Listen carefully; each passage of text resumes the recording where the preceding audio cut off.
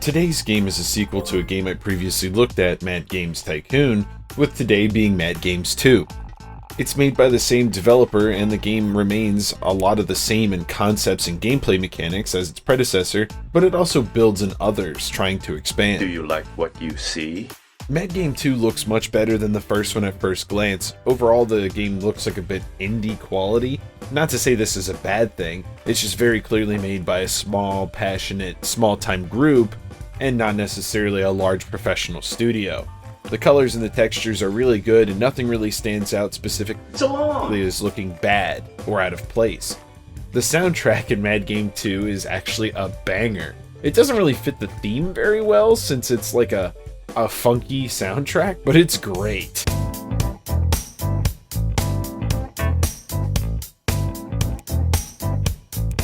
Oh, and they made the decision that a lot of people probably are going to be glad to see who played the first one. They removed that stupid telephone sound effect that was in the original game. It was a weird inclusion before anyways. Mad Game 2 is still a game development tycoon game. Not a ton has changed moving from the original to their sequel. This is a good and a bad thing. However, not a ton of new content was really added from the previous game to this one. Mad Games Tycoon 2 is more of what the first one should have been, but it's very clear that the developer was totally new when they made the first one. So I'm sure they were making it on a shoestring budget of both money and time. Mad Game 2 is more of what the first one probably should have been and what they had wanted it to have been. Mad Game 2 does, however, have a few more options with the sliders on like what the development time and focus is spent on in the game.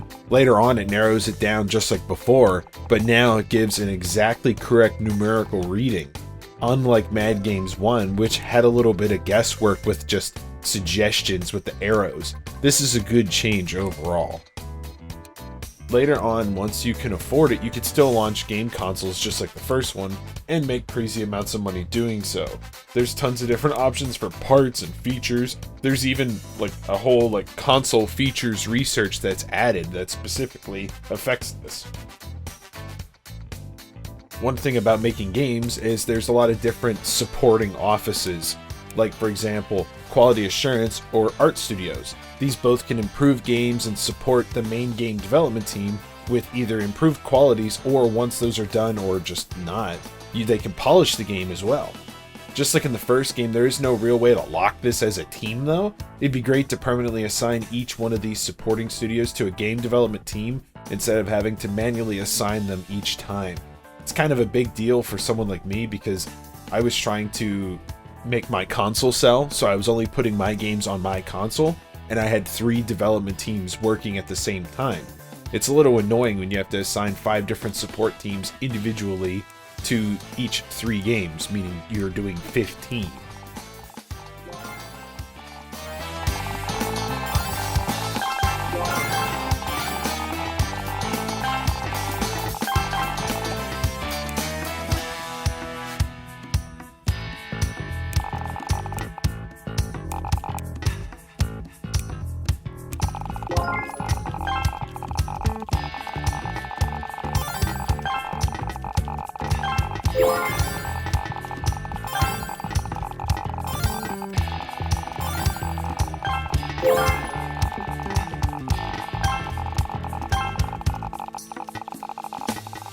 After some time, you can expand your studio by buying out the neighboring buildings. This is a change from Mad Game 1, since in that game, you would just move your entire studio into a new, completely different building.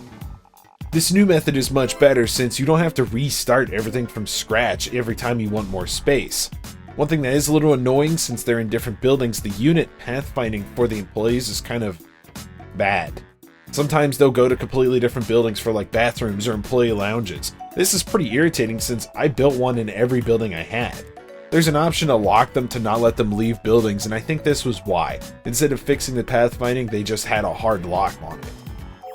Mad Game 2 still has random events like the first game did, with like having sometimes boosts or drops and points that each game gets, but just like Mad Games 1, these events are inconsequential and don't really do anything.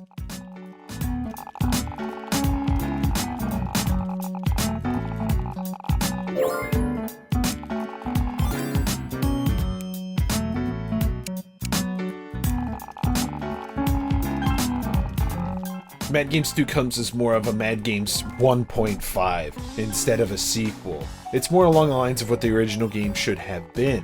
2 doesn't really build on the foundation that much overall, but they did change and improve a lot of things in different ways, just overall it was very minor. If you enjoyed the first game, you'll probably like this one. However, like I previously said, they really didn't change a whole lot of stuff here. A lot of things are still pretty similar. They made the game a little bit slower, so a campaign takes longer to complete, meaning you can actually release a lot more games and game consoles way earlier in the timeline. However, it makes the time a little bit slower, meaning you have a lot of idle time while playing the game. Idle time in a Tycoon is pretty much a given, and it's not really a drawback of the game or of the genre. If you liked Mad Game 1, then wanted more Mad Games 2 is a good buy. If you never played 1, I would definitely recommend you buy 2 instead. Definitely don't buy 1.